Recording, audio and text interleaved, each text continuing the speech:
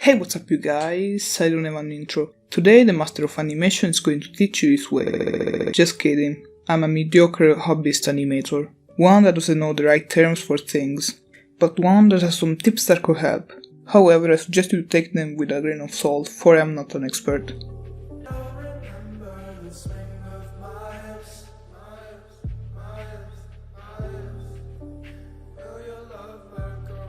Most of the examples used would be from my claustrophobia animation I recently made. You should check it out if you want, of course. It's not like you'd like to get some more undeserved attention.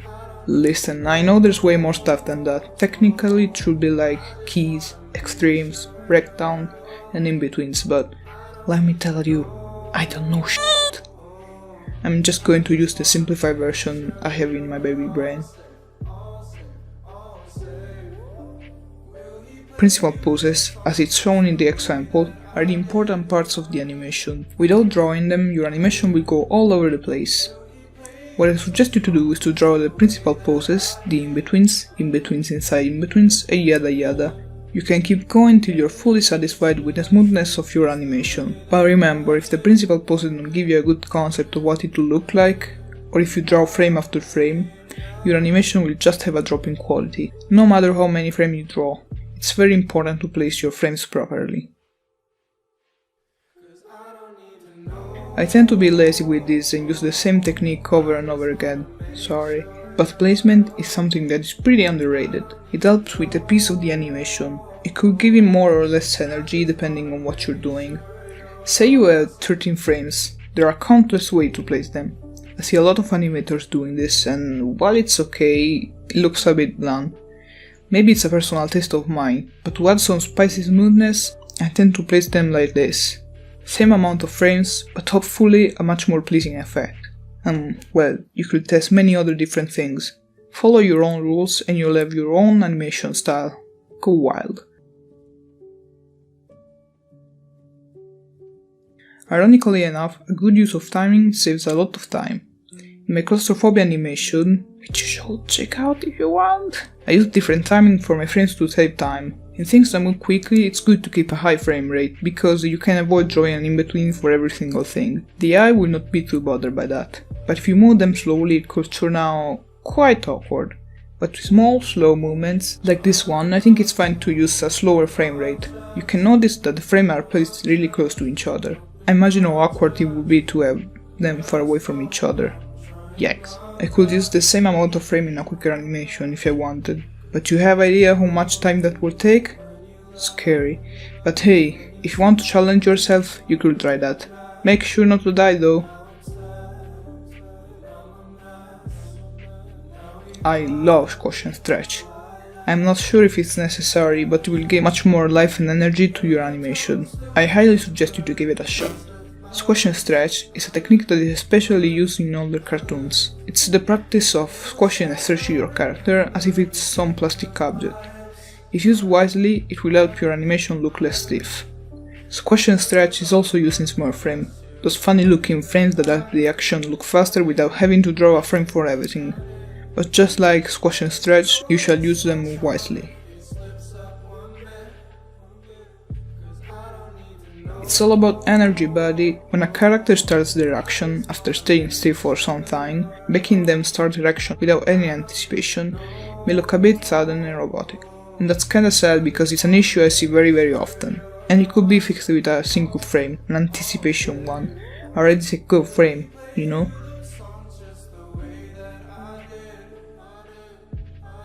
This video is a pretty general one. I hope it helped you discover new things about animation. The way I talked about them is just a summary, so if you want to go more in depth, I suggest you looking them up yourself. YouTube has a lot of tutorials that go way more in detail than I did. Thanks for watching this video. As a bonus, I made a speed paint of one of the animation used in this video, so you can take a look at me using some of the techniques I previously talked about. Please enjoy.